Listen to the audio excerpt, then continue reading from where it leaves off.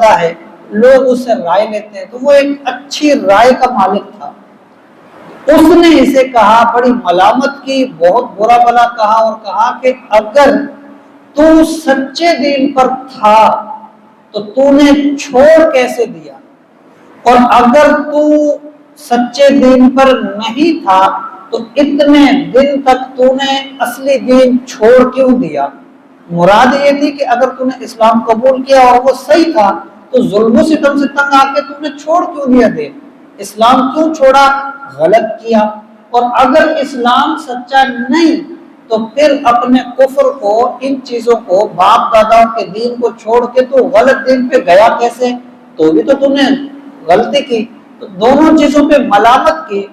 اس بات پہ یہ جو ہے نا دل میں رکھ گئے، اور ان کو لگی بات بری کہ انہوں نے مجھے ایک تو اتنا وہاں سے لے کے آئے اور مجھے کہا کہ ہم کچھ نہیں کہیں گے، پھر یہی لوگ تھے، مجھے بڑا مارا پیٹا، مجھے بہت ظلم و ستم کر کے مجبور کیا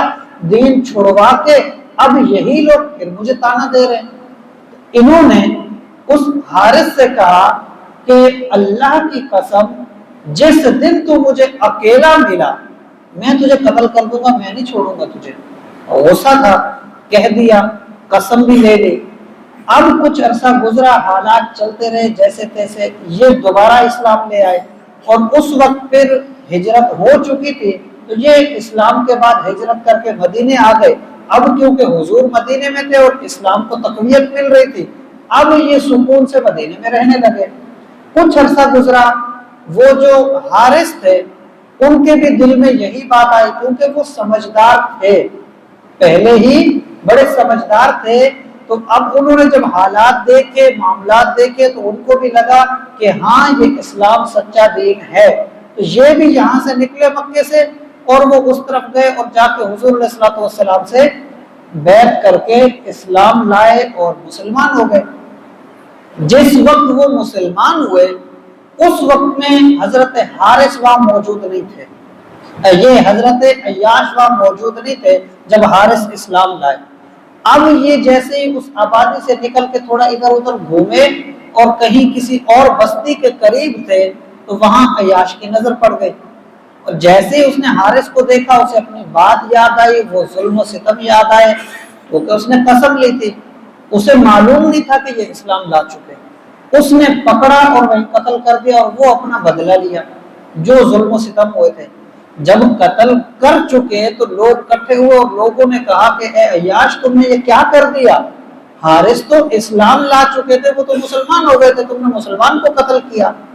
اب یہ پریشان ہوئے کہ یہ کیا کیا، یہ اگر مسلمان ہو چکے تھے پھر تو میں نے غلطی کی اور مجھے قتل نہیں کرنا تھا۔ پھر فوراً حضور کی بارگاہ میں حاضر ہوئے، کہا کہ یا رسول اللہ میں نہیں جانتا تھا اور میرے یہ معاملات تھے، ان لوگوں نے میرے ساتھ ایسے ایسے کیا تھا، مجھے تو وہ باتیں یاد تھیں اور مجھے یہ نہیں پتا تھا کہ یہ اسلام لا چکے، تو مجھ سے غلطی ہوئی، اب میرا کیا بنے گا۔ یہ جو واقعہ تھا انہوں نے اسلام لانے کا،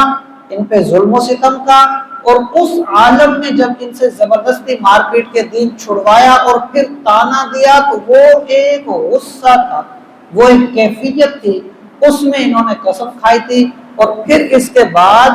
ان کے دوبارہ اسلام لے کے ہجرت کر کے مدینے آباد ہونے کا، پھر حضرت حارث کے مدینے آنے، وہ مسلمان ہونے، اور پھر اس طرح سے ان کا آمنا سامنا ہو کے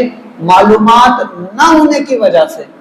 حضرت حارث کے شہید ہونے کا، قتل ہونے کا، اور پھر ان کی اس پر ندامت کہ میں نے جان بوجھ کے، مطلب مجھے معلوم نہیں تھا کہ یہ مسلمان ہیں، اس لیے میں نے انہیں قتل کیا، اور مجھے اپنی باتیں یاد تھی جو انہوں نے ظلم و ستم کیے تھے۔ یہ واقعہ اب ہمارے ذہن میں ہوگا، اب ہمیں قرآن کریم کی آیت صحیح سے سمجھ آئے گی کہ اللہ تعالیٰ نے کیا کیا احکامات اس موقع پر نازل فرمائے تھے، اور وہ حضرت عیاش کا جو معاملہ تھا اس حوالے سے یہ آیت کریمہ ایک قیامت تک کے لیے سبق دیتی ہے۔ اب فرماتے